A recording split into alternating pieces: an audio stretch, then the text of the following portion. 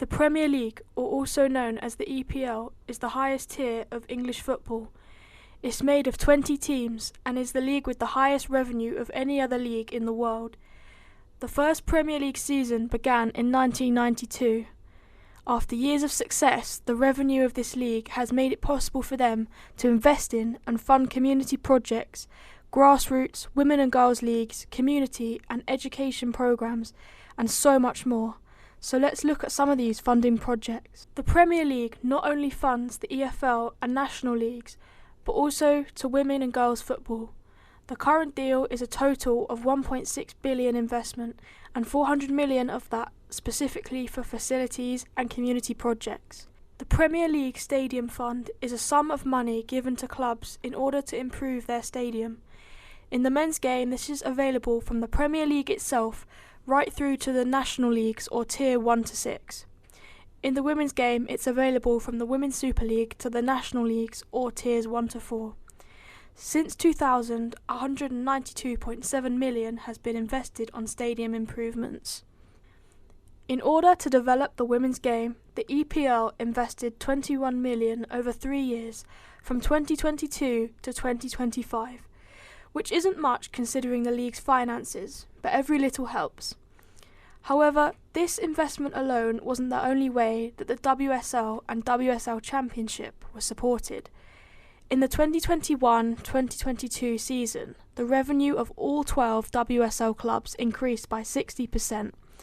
With the help of their respective clubs, many teams had the opportunity to play at the club's official stadiums, for example Emirates Stadium, Stamford Bridge and Villa Park, with 11 of 12 WSL clubs receiving investment from the men's sides of up to 123.6 million.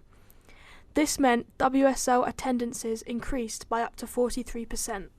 1.04 billion was invested into the Football Foundation, which supported 69,800 grassroots football teams in the 2022-2023 season. Not only do they invest in clubs for the game, but also funded 164 clubs to create community educational programs. The Premier League Charitable Fund is an independent sport charity that funds club community organisations, also known as CCOs. 290 million has been invested into the community from the collaboration of the Premier League and the Premier League Charitable Fund. Tim Godwin, OBE, the Chair of Board of Trustees, Premier League Charitable Fund, said, "We work on behalf of the Premier League and our other funders to positively influence the lives of people of all ages across England and Wales. It is my continued pleasure and privilege to lead a charity whose scale and reach is unprecedented in world sport. These programmes allow young people to create relationships through sport and the wide range of activities provided." The More Than a Game campaign was made to highlight the investment into all tiers of football. This involved clubs from the Premier League, Championship, League One, League Two and the National League, where they chose a community captain, which was given to someone who had helped with the community programmes and deserved recognition for their part in helping society. Since 2012, the Premier League has raised funds for the Royal British Legion, and as you might know, in 2 game weeks in November, clubs are given shirts with the poppy in the centre. However, something you might not know is that the match-worn poppy shirts are signed and auctioned. The money from these auctions is given to the Royal British Legion. In 2023, Everton FC raised 18,934, and in 2022, Ipswich Town raised 12,510 in poppy shirt auctions. The Rainbow Laces campaign is an initiative to celebrate and promote equality and diversity in football for players, fans, staff, stewards and communities. It aims to educate children about supporting LGBT and teaching that football is everyone's game. They did this by creating Premier League Primary Stars and Premier League Kicks, both educational community programmes. As part of this, players sometimes wear rainbow laces or have a rainbow captain's armband. Similar to the Rainbow Laces campaign, the No Room for Racism scheme uses the tagline, "Greatness comes from everywhere." It emphasises the importance of diversity on the pitch and how football is everyone's game. Not only was it made to create awareness, but during games, clubs have made it easy for people to quickly report racist hate comments, abuse, or discriminatory chanting, as well as online. These reports are looked at by a specialist team that can prosecute groups and individuals if found guilty.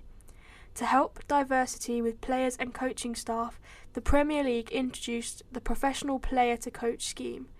This was to raise the number of Black and Asian players and encourage them into coaching. This involves individual learning programs, mentoring from PFA coaches, and a 23-month placement to an EFL club. Former footballer Darren Byfield said, "The scheme's massive, and I don't use that word loosely.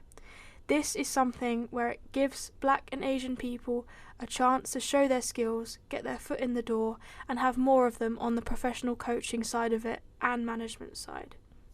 During lockdown, the Premier League created a series of videos to explain and advise people on how to manage both mental and physical health. One video featured a mental health psychologist, Dr. Hazel Harrison. 3 stages were discussed: acknowledge, accept, and take action. There were then separate videos of different professional footballers explaining how they take action to help their mental health struggles. Andros Townsend explained how opening up about his emotions was a massive relief. Post-lockdown, they continued their support with mental health and well-being. They created the Premier League Inside Matters Handbook, which was subtitled Advice and Tips for Understanding and Managing Feelings of Anxiety. This online book involved professional advice from well-being practitioners and health coaches, but also featured personal advice from footballers such as Declan Rice, Harry Kane, and Erling Haaland. One section was called Take 5 for Yourself, which listed activities to improve positivity.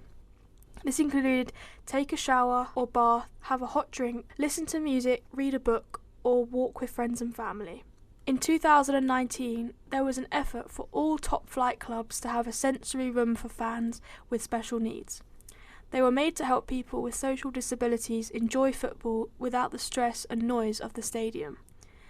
These rooms were made soundproof and comfortable, with a range of toys available to calm them and lessen anxiety. Some clubs that have them include Arsenal, Chelsea, Aston Villa, and West Ham. Over the years, the Premier League has brought so many memories and has shown the highs and lows of top-tier football. Leicester's league win, the Arsenal Invincibles, the Manchester United treble winners, and the Man City Centurions. However, it's really important that we don't overlook the social achievements and help provided to lower league football and the wider community to make sure football is everyone's game.